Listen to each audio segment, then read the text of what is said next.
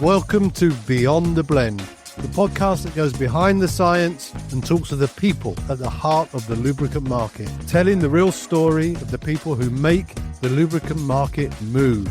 With real insight and honest conversations, we aim to show off the people's side from across the entire lubricant supply chain. Join me, Steve Knapp, and Rob Taylor as we delve behind the scenes of the lubricant industry. Let's go. Let's start with a quick 5 from 5.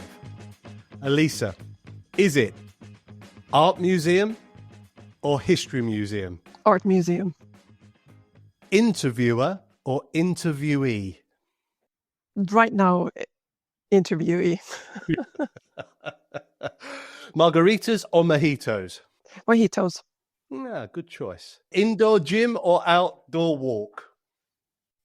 I should be doing both, but it's outdoor walk, especially with the dog. There we go. Who's asleep, right? Who's asleep behind me?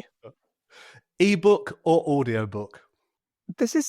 I'll have to go for the third one. Neither, and we can go into that more, but I will say neither. Good answer. Good answer. Yeah, I'm a paper. I'm a paper reader for sure. Oh well. So yeah, then both of us. Yeah.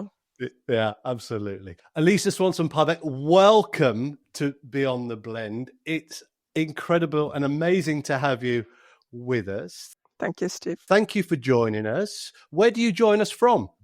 I'm joining you, Steve, from Lund in southern Sweden. And Lund is my adopted town. So it's a university city where I moved 96 and then happened to stay. It wasn't planned, but I happened to stay. Okay. So what would Lund be best known for from an outsider looking in? So today you would know it as being the home of the European Spallation Center, which is a European project, but kind of an up and coming. But before that, university city. So it's a small university city, but also the home of a lot of startups that have become global companies, such as SD Ericsson, Tetra Pak, Alfa Laval. What else do you find here? Gambro, and then actually one of my former employee, Axis Communications, which is a leader in IP-based video and IoT devices. Wow! So why such a hotbed of growth and innovation? Yeah, it is interesting, and perhaps also because you see, Steve, I didn't know where Lund was. I'm born in Helsinki, Finland. After studies, I looked for a university. I was in London just looking for it, but kind of decided, okay, let's take Sweden, and didn't know where Lund is. Just then, researched and asked parents and teachers, and they said, well, it's a university city, one of the oldest ones, together with Uppsala in Sweden. So I said, well, that's good. That's a good resume. But I think the last point came from my father, who said, well, it's close to Malmö. I said, oh God, I don't know where on the map Malmö is either. And he said, well, it's just on the other side from Copenhagen. I said, Copenhagen, brilliant. And that's how I moved to Lund to study. And that is kind of the background also why I believe, and a lot who have been looking into why Lund is this, innovation and entrepreneurial growing ground, is that it has that closeness to the mainland Europe, closeness to Copenhagen. It has a very open atmosphere. So you have a lot of people moving into Lund. When you come and visit, Steve, you fall in love with it. Beautiful. So it's one of those cities that you just instantly fall in love with. Very small, very quaint, but still very techy. And it's a new one to me. I mean, I must say, in the sort of corporate previous life, traveled around a lot of places. And, when you talk about Copenhagen and Malmo, I just know that big bridge that joins the two, right? You have to fly into Copenhagen to get to Malmo. It's from where we are, but Lund is a new place. So actually, it's going on the list of somewhere Excellent. to go. You're welcome. Somewhere to go. So well done. So Elisa, let's just introduce you, Business Development Director, Sustainable Lubricants at Perstorp Group, right? Correct. It's a nice, short, punchy job title. Yes, super short and punchy. That's why it's great in the industry that you kind of, at some point you start going with your first name and kind of all the coding is related to your name. But yeah, that's what I do. Yeah. So have you become a BDD, SLP, almost like this acronym world that sort of appears in corporate, right? Yeah, well, I think I would say business developer and in sustainability, and then in the lubricants industry. So it's business development and sustainability are the two leading concepts there.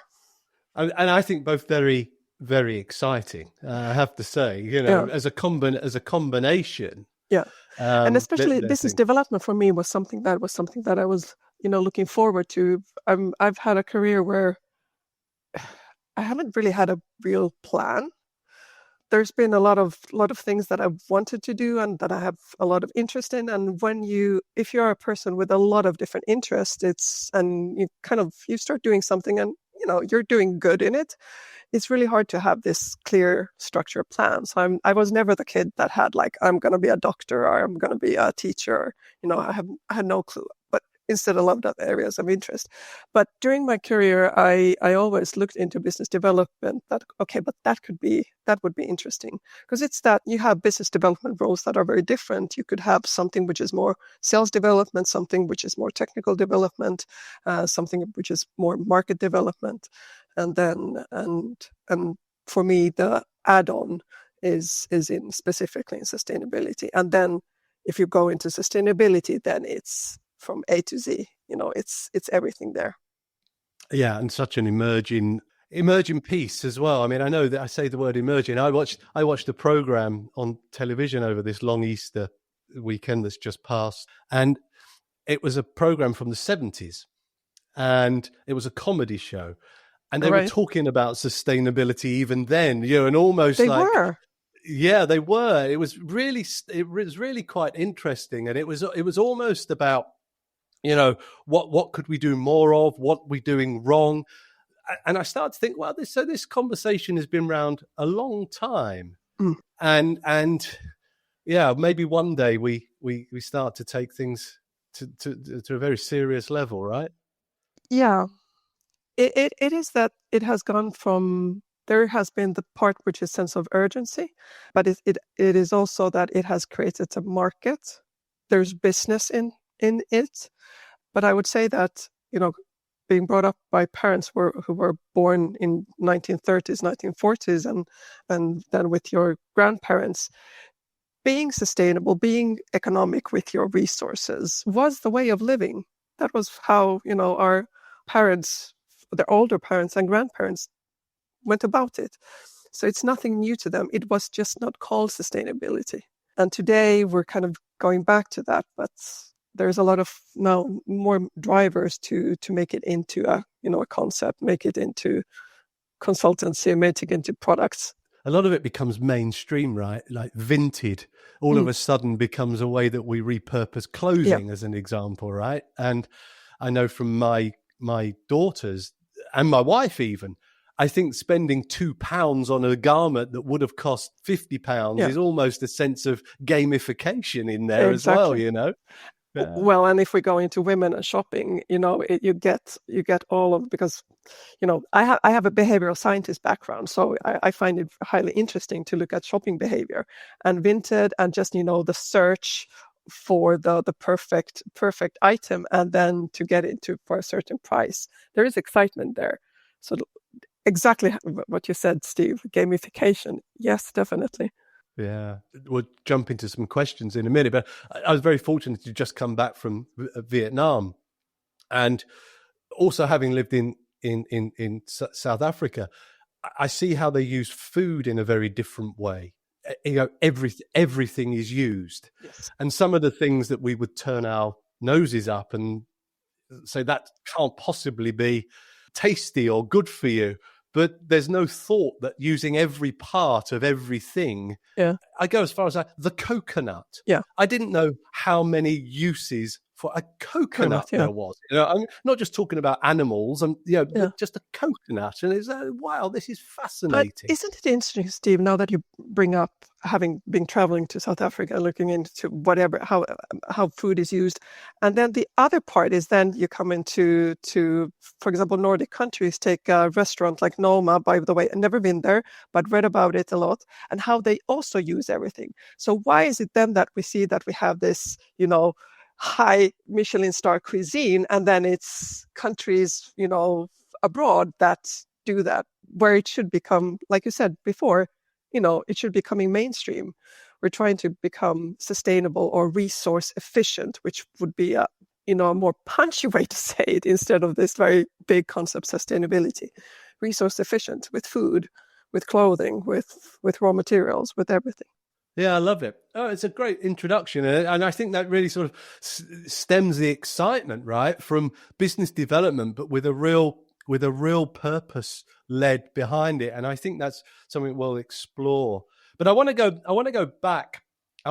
Because when I started to look through your LinkedIn profile, where you are today to where the first thing you declare on your LinkedIn profile, which, is there could have been other things before it.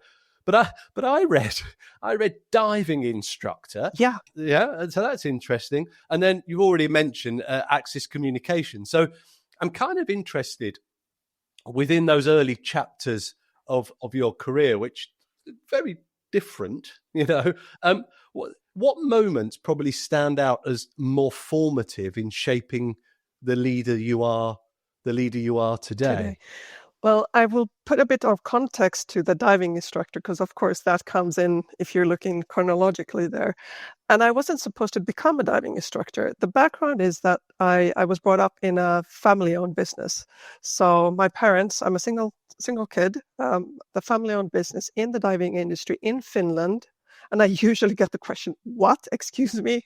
Diving in Finland? And then I have to tell people, well, as a diver, what you're looking for is great visibility, interesting areas, and also community. So that was it. But the company Finsuit, not around anymore. Finsuit started from doing diving suits, which is exactly what you need in Finland, and then had distribution, so import of diving gear, distribution of those, 2 dive shops, the factory for producing wetsuits, and then the dive schools.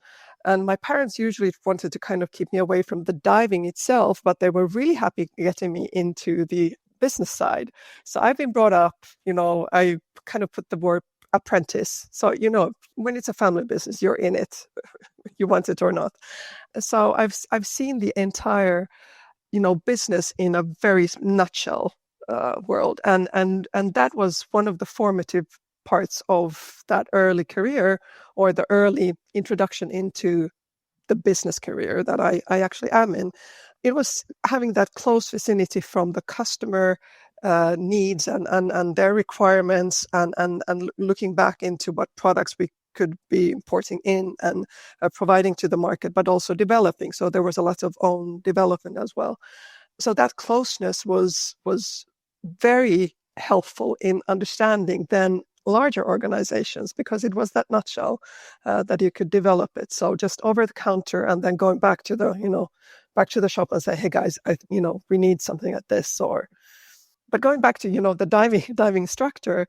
So my parents weren't looking forward. They said, why dive? And then just there was one dive course. I said, my friend and I will jump on it, and it went like, okay, fine. You do the diving course now. And then that was, the water is my element. And diving is great. I just felt it, and it was good. And then developing forward from all of the different stages in the PADI system until I was a diving instructor for a couple of years. And my last student was my husband. Because then I had trained my dive buddy, and then I'm done with my diving instructor career. The last dive was during our honeymoon into the Maldives, and since we got kids, we just felt both my husband and I have our think about the risks, and just thought that no, we want to have. So now introducing the kids to diving would be the next step. Yeah, will be the next step. I mean, my father's best man bought me some stamps from the Maldive Islands. He did. And all the way through my growing up years, one of my bucket list places to go is to go there and actually to do some diving because I've been very fortunate seeing it in some places, but I understand it's spectacular there, right? Yeah. Well, but what are you then looking forward to specifically in Maldives? Well, what I enjoyed, my only comparison is I was very fortunate to go to Turks and Caicos. Oh, wow. Okay. And we saw the turtles, we saw the fish, we saw it's the wildlife and the coral really that are just absolutely was fascinating. And on these stamps were fish and coral. So my connection is that's what's there as well. And I really would love to go see that. Definitely. You will get that. And well, there's a lot that goes into diving and depending on what hobby you have. But one of the parts is that when you have these hobbies that allow you to do so many different things, you can become really techy and, do technical diving and do different blends or you can just looking for the different corals, for the different fish, having kind of your bucket list or your, saw a sea turtle, saw a manta ray, or it's the kind of the architectural views that you have underwater, which you can have these beautiful reefs or walls. But then there's also the community, which is, I find highly interesting, that you can have great dives with people that you would perhaps not even start discussing at a pub with. But when you do a dive, there's something, you have in common. You have your security checks and communication underwater. So I have experiences with people where communication underwater was seamless. On dry land, we didn't have that much to communicate, but we're just, on seventh cloud of saying like we had a really great dive, everything went smoothly and the communication was perfect. And now I'm talking hand signals underwater or just understanding each other.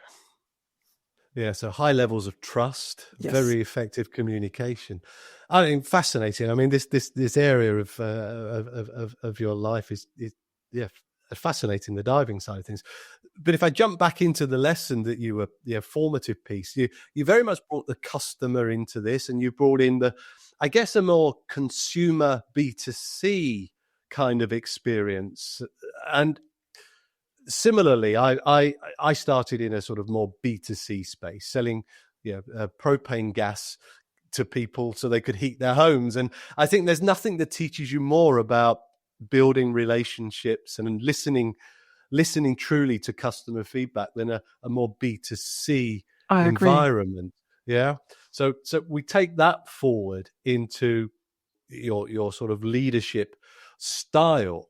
But as we start to talk about leadership styles, if I could explore something slightly more personal, you described dyslexic thinking as part of your strength. So I think to call it out as you do, I think is incredibly powerful.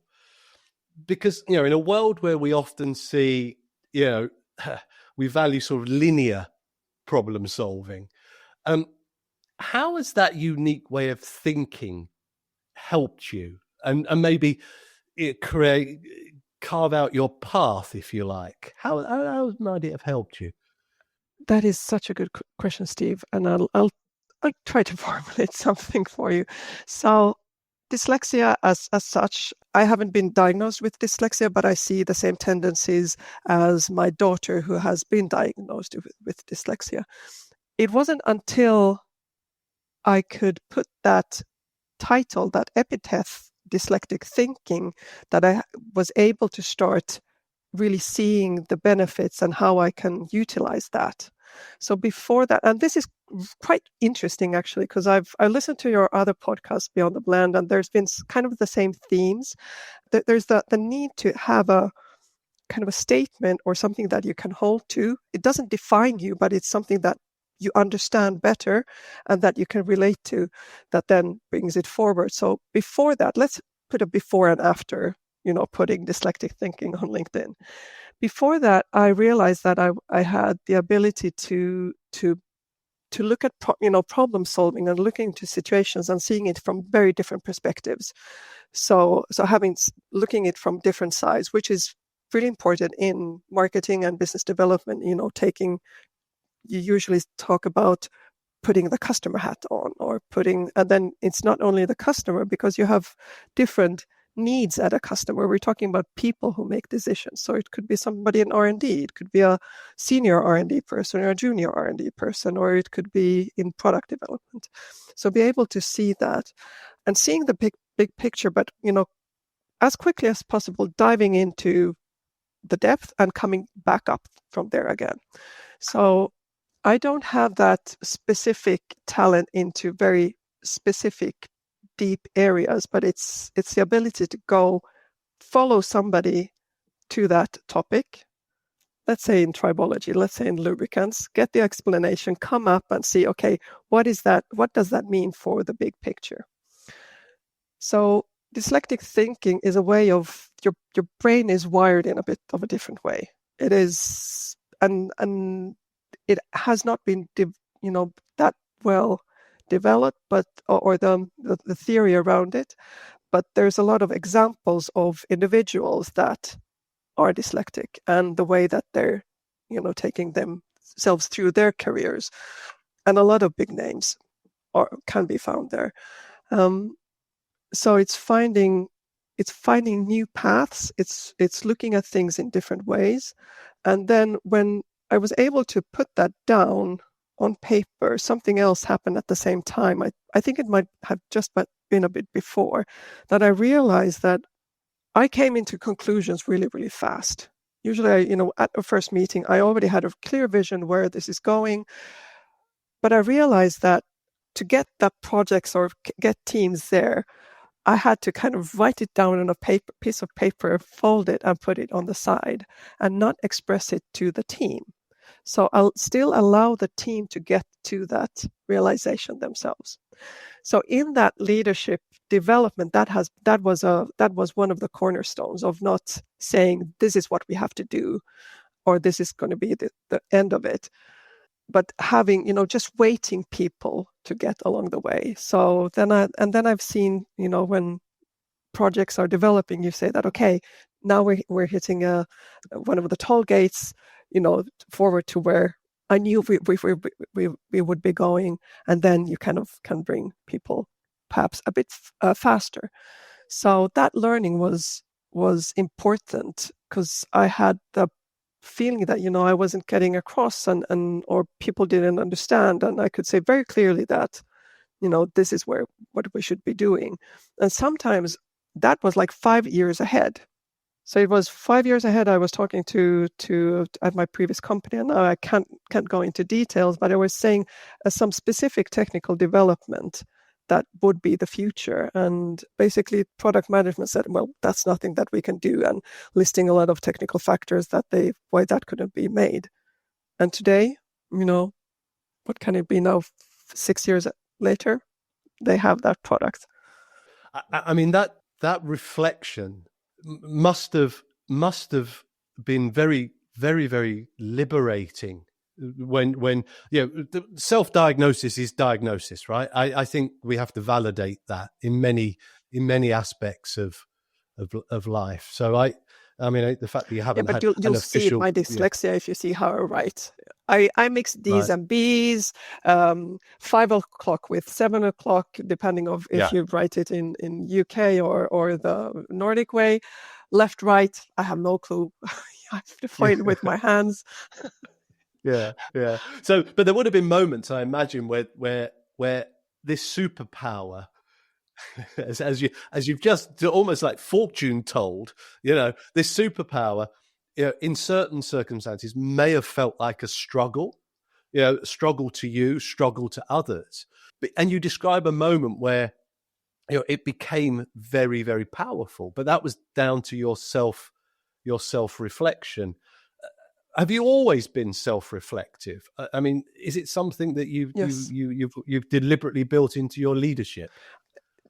Definitely deliberately built it into the way that I live my life, self-reflection. I even on my career change from after having 13 excellent learning years at Access Communications, doing a lot, and then being in a situation where I said, okay, am I the right woman in the right place? So I entered a date in my calendar for my individual 360. So and it was called 360. And to answer the question, am I the right woman in the right place? And 6 months before that, so because what happens when you put it on paper or you put it in front of you and you have defined the question for yourself, your subconscious starts working. So you let, you have an extra battery for your subconscious to do that work. And 6 months before that calendar date, I had found exactly the role that I wanted, exactly in the company that I was looking for, that was dependent on other more value-based factors that I had. Didn't even get to that date. So my last date was before that 360 date in my calendar. So that's just a very practical example of self-reflection, but it definitely goes into daily work. I'm open to admitting that there's always self-doubt. So you go into situations and you go like, will I be good in this? Or, will I do good? But it's very much about the strategies and tactics that you then apply. So it can be that, well, you reach out to a really good colleague or a friend and say, hey, I'm doing this, what do you think? And that's where you get, a boost of energy or a boost, a pep talk, or that you go into like true study mode and start rehearsing, or it's a reflection of, what just happened. How can I do better? And that's actually another thing that I constantly do. So there's a Gallup Strength Finders that looks into the main traits. So one of the traits that I have is maximizer. So it's like always getting the most out of every situation.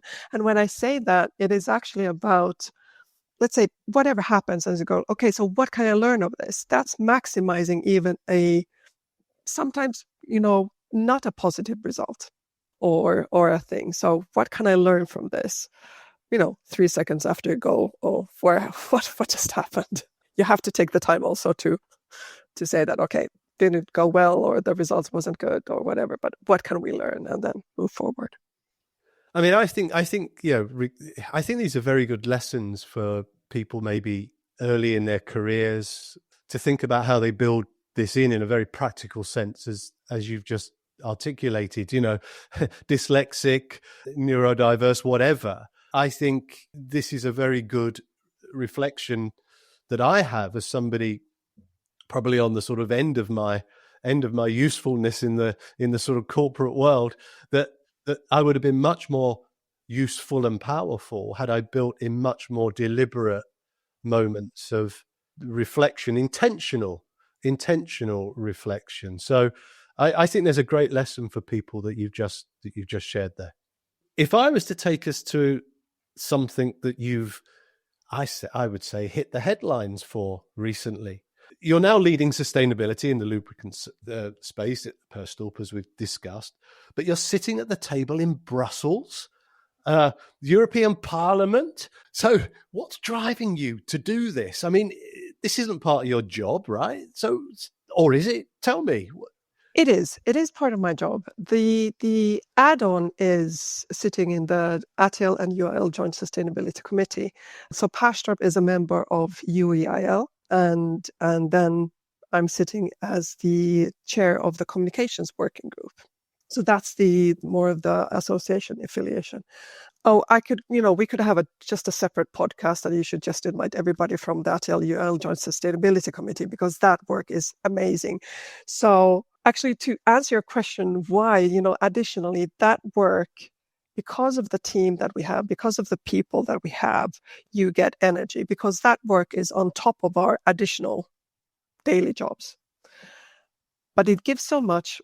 We have a purpose. It's it's value driven. We have a clear why, what we're doing. So you do find the energy, and especially because you get that energy from the people. But so how do you end up at the European Parliament? That was by invitation. Should do something with that. Perstorp has a very specific position in the lubricant industry with having been a chemical component or a supplier to synthetic esters, and so specifically.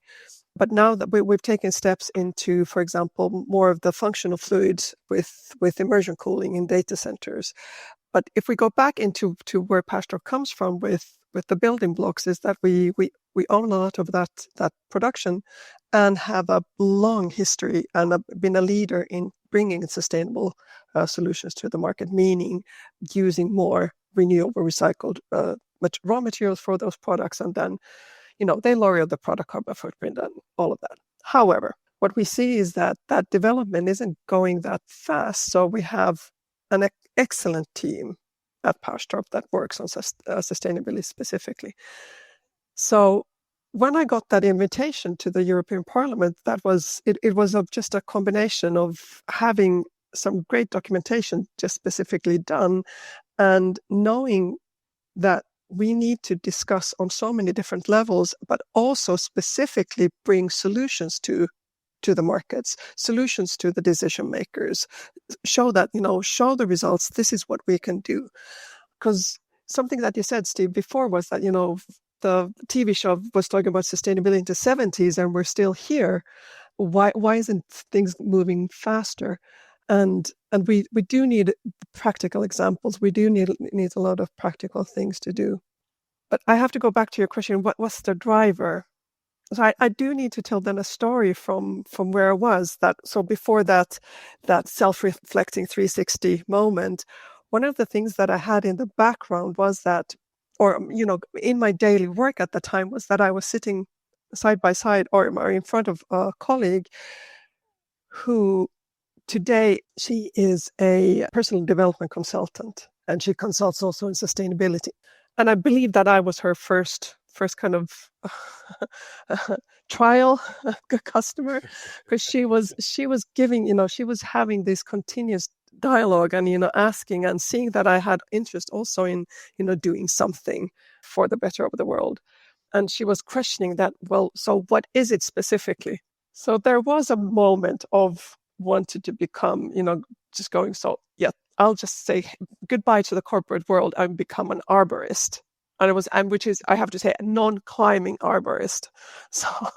So that didn't happen. Now I have 10 trees in my very small garden, but I didn't become an arborist. But instead, that set the question and the additional question of am I the right person in the right place right now, was the question that, okay, beyond my consumer responsibilities and my consumer choices, what else can I do in my profession for the benefit of a more sustainable future for our, future generations? Because for me, it was never about the planet. The planet will survive. So I have a very strong biology background that I do kind of lean into. I said, okay, the planet, it's not about the planet. It is how difficult our life will be and how much concessions do we need to do, in the way that we live. And when I was looking at that, I said, okay, I should move as upstream as possible in value chains, because that's where the change happens. So the driving force was what can I do in my profession to develop the markets and create the solutions for markets for a more sustainable future, and then just finding that perfect spot. And the final perfect spot was Perstorp as a company, as a chemical company. I didn't start with lubricants. I just started with lubricants, 4 years ago, and started from without, no emotions. I had like this plus minus relationship where then I had to learn. And when after two weeks of understanding what lubricants are all about, I just said, wow, this is the best thing. So with the company, with lubricants, it was the perfect combination to drive that development forward. And then coming, it has been a continuous add-on of then meeting the people, the networking with the people in the industry, finding a lot of like-minded people that have the same drive. So my final point on that would be that I'm not your Don Quixote. I'm not the one that goes to the barricades on my own. But for me, it has always been about finding the like-minded people that you can develop that work together. Well, you've mentioned a few times through our conversation community, right? You mentioned it from the diving. You've mentioned it a number of occasions, and whilst the correlation to this Brussels moment probably wasn't necessarily a community highlight, it just shows that the power of many over the power of one, and I think that starts to really come through. I guess there are all these sorts of questions that I want to ask about, how scary was it? So it's almost like grown up conversations, isn't it? Being at the European Parliament and, almost like rules and, did you have to be really careful and behaved, and could you really say what you wanted to say? Well, that's again, perhaps the dyslexic thinking, because you go into situations and go like, well, I've never done this. I don't know what to do. You just have to learn really, really quickly. You kind of, you take on a role and you think about it. So I wasn't thinking about the don'ts. Actually, one of the things that I usually think when I come into those situations is that it should not be too stiff. So we should still be personal. So, and that's one of the things that happened on, in the panel, was that I thought, well, of course we have to take a selfie when you're on the panel. So I did that before. So I have a really nice picture of myself and Milas, who was talking then about on re-refined base oils. And, you just take that personal edge. So yeah, there's kind of the rules of the game, and very much I find that in the parliament, and it's this understanding the democratic process. So it's kind of, again, the customer. That's that's in public affairs. That's the customer that you need to convince or find out more about. So that's just in the background. You have to understand how that works. But then when you have then you have to think about your message more. That's what I see. Finding the right message. And then the secret to that is timing. So in business, you can do a lot of things, and you have kind of strategies, and you have your market research. So just like in retail, and I'm not talking online, there's something, but physical retail, location. But in business and sales and marketing, it's timing. So there's something can happen that just changes the timing for you. So within the parliament, and that all of that work that the industry will need to do, looking at all of the European legislation coming forward, is that we have to be a bit prepared and also be brave to go out there and have that dialogue and bring those messages about what lubricants do, because otherwise we lose the timing when then big decisions are made. We need to bring that information to the decision makers early on, so that they are empowered to do the right decisions.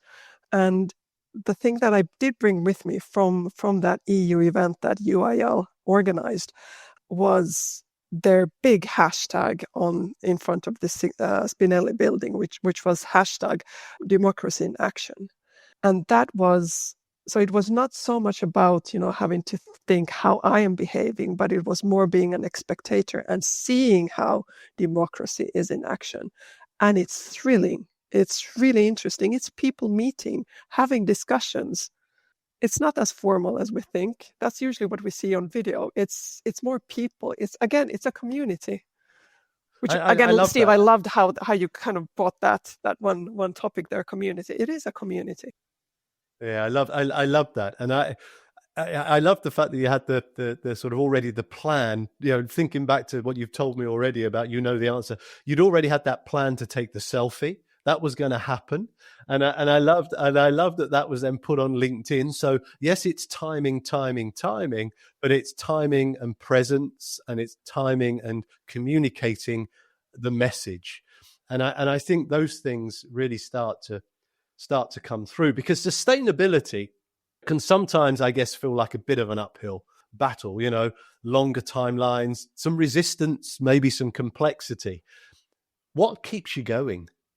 Because I do see progress. I make changes to my career. I make changes in my private life, in my volunteer work as well, is if I don't see progress.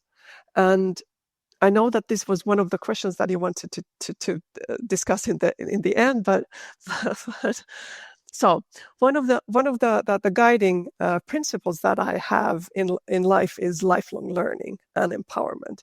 So there needs to be some progress, and I'm not talking about paradigm shift changes. I'm talking about seeing the clear development towards that goal. So what keeps me going is that I see that we are making progress, especially in Europe, but now we see China coming after. We see Japan coming after. We see the SEA markets coming after. And we do see Americas coming after as well. So remembering that when we look into the sustainability work in corporate environments, of course, the corporate environments needs those different market drivers or regulatory drivers as well. But we still have a global business. We have global economies that are connected. So we do see the development forward. It is going painfully slow, of course, but I would make an example which I just found out 3 months ago, that because what we need for companies to work is methodologies and frameworks and certifications so that we understand what everybody's doing.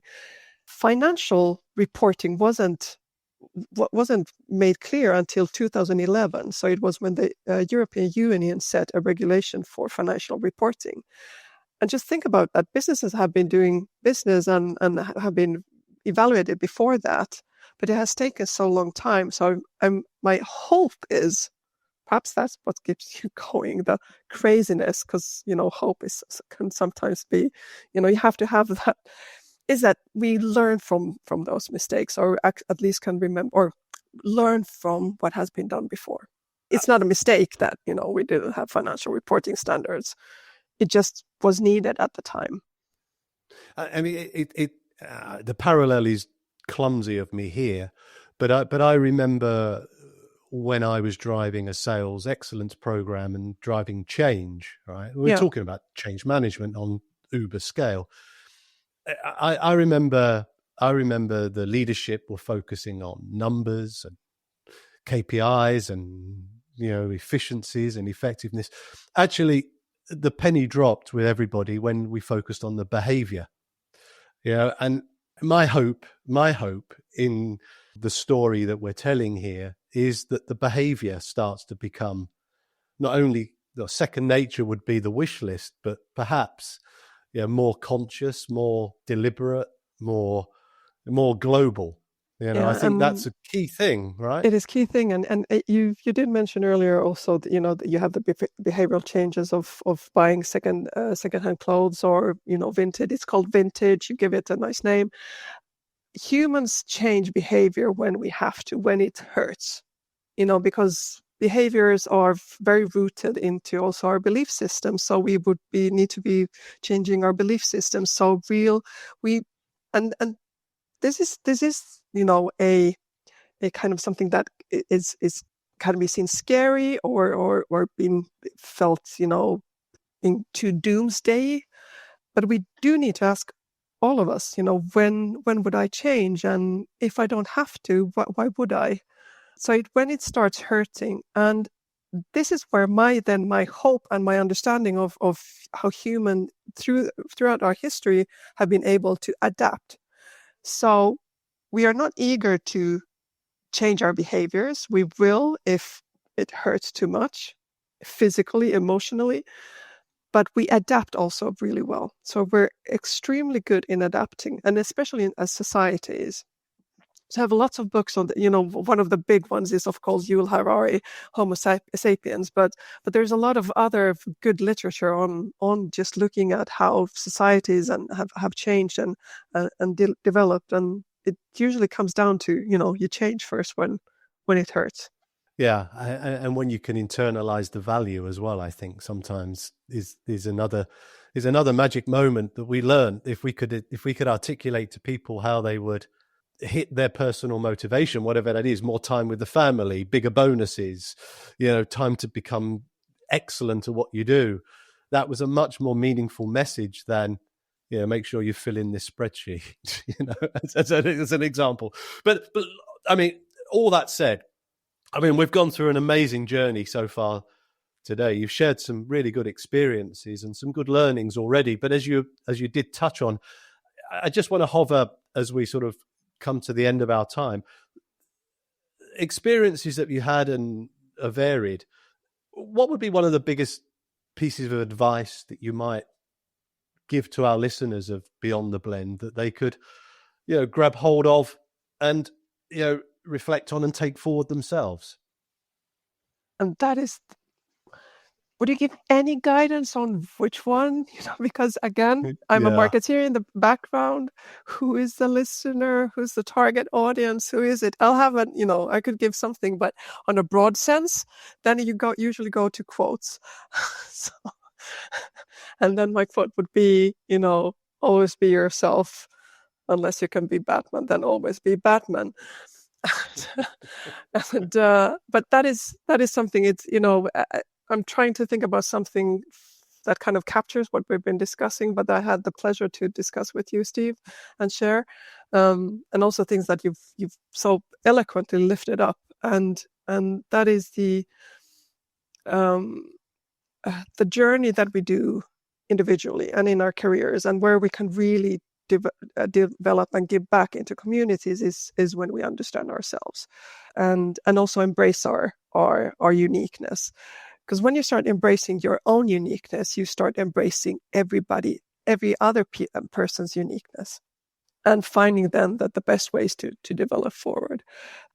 That would be kind of my concluding thinking based on this discussion, and and for those listeners.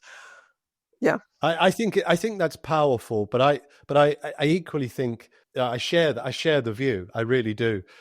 But I sort of reflect on, when did I really become myself in my career? And I think it was probably later than earlier.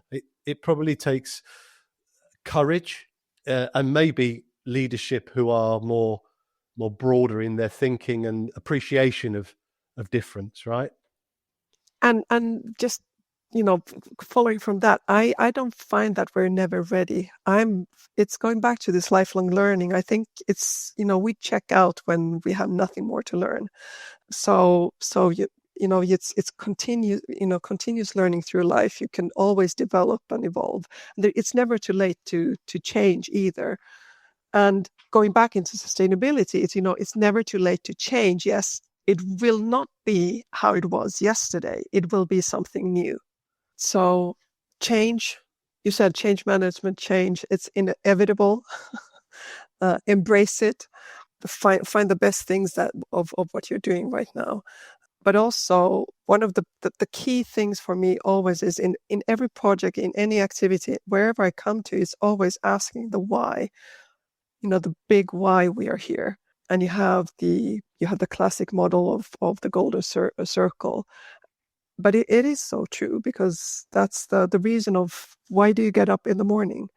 And usually that becomes the question to ask also for self-reflection. So what is the reason that you get up in the morning? When I was studying, sometimes the reason to get up, because I'm not a morning person, Steve. One of my quotes is first coffee, then important stuff. I'm not a morning person. So the only days that I got up really, really early was on Saturdays, if we were planning a trip to Copenhagen from Lund. I had no problem getting up. But then there came the time when you come into a career, what's the new why? Why do I get up? And that's where you go into the discussions of career, when and if you look into any leadership literature, or you look into career advice, it is when the last reason why you're going to work and getting up is because you're colleagues. That is, there's nothing else. So there should be several whys you get up in the morning and do what you want to do. I'm very grateful that you've shared some of your whys through our conversation today. I mean, we've covered some great ground, from diving instructor to representative in the European Parliament. But more importantly, we found out why, sustainability really drives you, and hopefully listening to you has helped others join a few dots in their thinking as well. So Elisa, with that in mind, where could people find you and connect with you if they wanted to take the conversation further? To take the conversation further, LinkedIn, brilliant. But also, it is at the industry events. So I'm active at ELGI, the Sustainability Technical Consortium, in UIL. So there's the event in Italy in October, physically. But as I am working with sustainability, online is brilliant. So don't need to travel too much. Oh yeah, and September Lubricant Expo is another activity also. So actually, I've just mentioned 3 of my favorite ones: ELGI in Copenhagen, Lubricant Expo, love it, and then UIL in Italy. Well, we'll be sure to meet at the Lube Expo. Excellent. in Looking forward to it. Appreciate you joining us. Elisa, thanks for joining us on Beyond the Blend. Thank you, Steve. Wonderful. Thanks for listening to this episode of Beyond the Blend. Be sure to follow us to catch next and future episodes as we continue to explore the people within the lubricant market.